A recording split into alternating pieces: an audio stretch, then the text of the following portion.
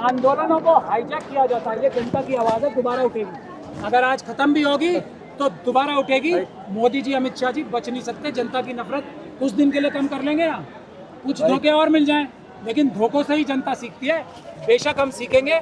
और जब तक प्रधानमंत्री के कार्यालय के हर मंत्रालय में हर गवर्नमेंट ऑफिसर की लाइव स्ट्रीमिंग नहीं होगी कि क्या कारनामे कर रहे हैं वो, जब तक ये जनता रुकने वाली नहीं है। जब तक पेपर बैलेट से चुनाव नहीं होंगे, जनता का हाथ और मोदी जी का कान या कोई भी प्रधानमंत्री हो उसका कान जब तक वापस नहीं आएगा पेपर बैलेट के माध्यम से, ये आंदोलन चलेगा। ऐसे धक्के लगेंगे, उसके लिए हम सबको तैयार रहना चाहिए। कुर्बानियां अभी बहुत बाकी है। आपको क्या लगता है सर?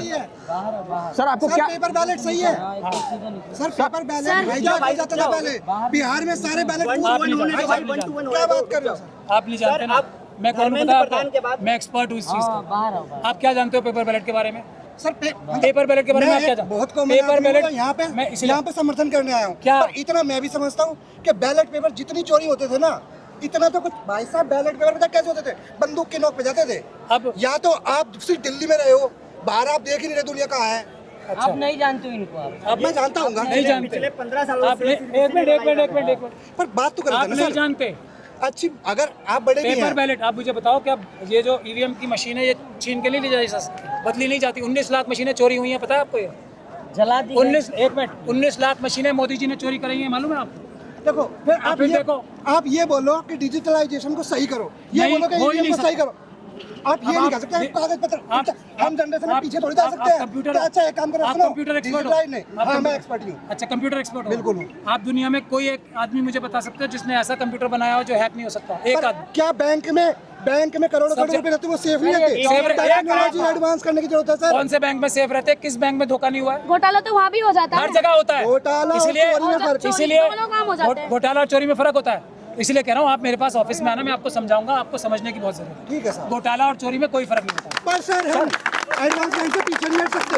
आपको एडवांसमेंट एडवांसमेंट आपको जब बैलेट पेपर के बारे में पता नहीं है, मैं क्या बताऊंगा? जिन लोगों ने ईवीएम बनाया वो बैलेट से चुनाव करा रहे हैं। सर आपको क्या लगता है कि धर्मेंद्र प्रधान जी, टाइम वेस्ट मत करो।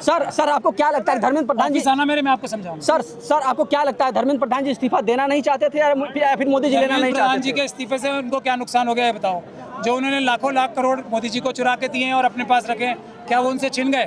क्या वो जेल चले गए? क्या उनके खिलाफ FIR करा दी?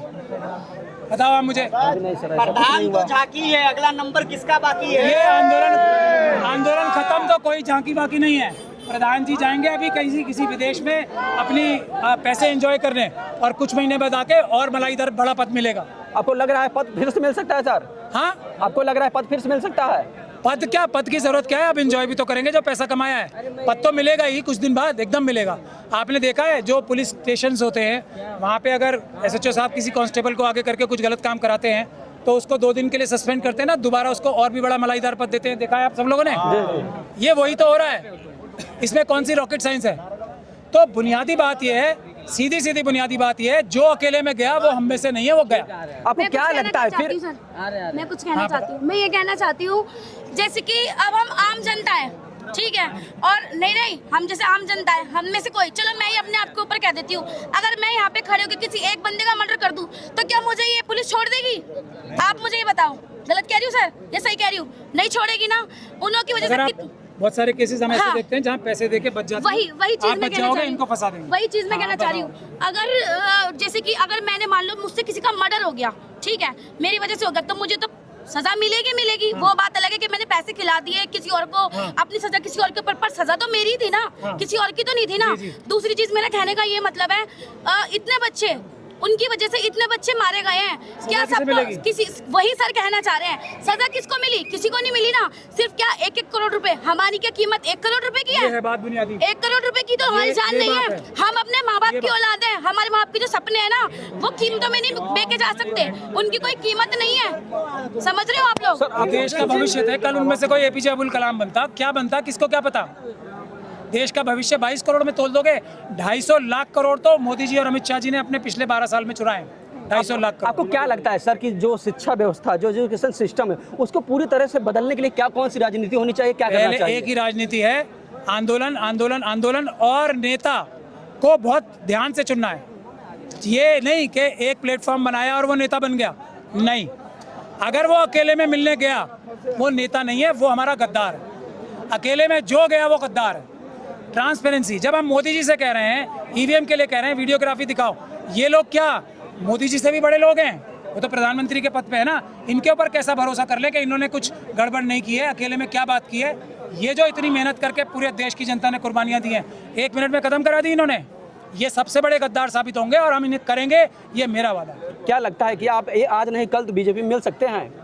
ये बीजेपी से मिलके ही काम हुआ है। ये कौन सा काम हुआ है ऐसा? इतना बड़ा आंदोलन क्या दोबारा करने में कितनी मेहनत लगेगी?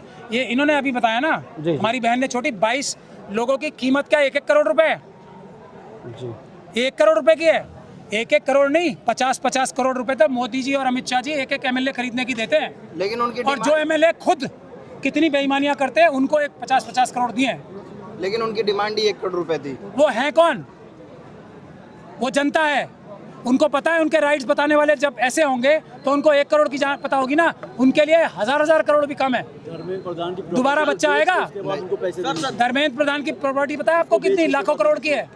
वो बेचे फिर बच्चों को 22 करोड़। अगर कोई बेचारा मर रहा है, उसको तुमने रेगिस्तान में छोड़ दिया, वो 1 बूंद पानी से भी खुश हो सकता है, लेकिन क्या 1 बूंद पानी उसका हक था? ये नेताओं का काम होता है। वो बेईमान है जो 1-1 करोड़ रुपए दिला रहे हैं। सर आज के फैसले से आप कितना सेटिस्फाई हैं? मैं तो बहुत ज़्यादा दुखी हूँ और यही दुआ करता हूँ कि जल्दी एक असली आंदोलन दोबारा खड़ा होगा। आज तो गद्दारी हो चुकी। सर फिर अगला जो प्रोटेस्ट होगा किस मुद्दे पर होना चाहिए? ईवीएम हटाओ, देश बचाओ, पेपर बैलेट वापस लाओ, वो पहला स्टेप है। उसके बाद इलेक्टोरल रिफॉर्म सारे।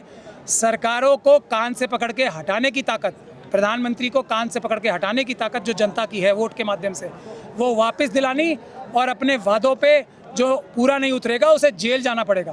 15 लाख का वादा किया, अगर 1 महीने में किया, नहीं पूरा किया तो ऑटोमेटिक ऐसे कानून बनेंगे। जब होगा ऑटोमेटिक जेल जाएंगे। तीसरी बात, हर कार्यालय में सिर्फ 1% काम ऐसा हो सकता है जो राष्ट्रीय सुरक्षा की वजह से पब्लिक ना हो, पब्लिक को ना बताया जाए।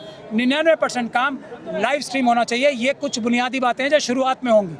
आगे इसके आगे बहुत मेहनत करनी पड़ेगी, लेकिन हाथ और कान पेपर बैलेट से आ सकता है, ईवीएम से नहीं आ सकता। सर आप हमेशा मोदी जी के इस्तीफे और गृह मंत्री के इस्तीफा की बात की है, लेकिन इस मंचों से उसकी बात नहीं किया गया कि इस्तीफा दे। तो इसीलिए तो और ज़्यादा शक होता है। प्रधान जी हो या कोई मंत्री हो, सब दुनिया जानती है कि ओएसडी मोदी जी की तरफ से बनाए गए हैं हर मंत्रालय में, और वहाँ पे वो वही करते हैं, थोड़ा बहुत मंत्री जी को हिस्सा देके जो मोदी जी और अमित शाह जी पीएमओ से कराते हैं। तो उनका नाम नहीं लिया जा रहा, इसीलिए शक हो रहा है, और शक आज यकीन में बदलता जा रहा है। थैंक यू मोदी जी बोलेंगे जिस तरह से बोला जा रहा है, इस्तीफा हो गया है। जो गद्दार हैं वो ऐसे व्यक्ति को जो इजराइल को, किसी दूसरे देश को अपना फादरलैंड बोलता है, उसको थैंक यू बोलेंगे। जो गद्दार हैं वो ज़रूर बोलेंगे। चलें। Okay, thank you.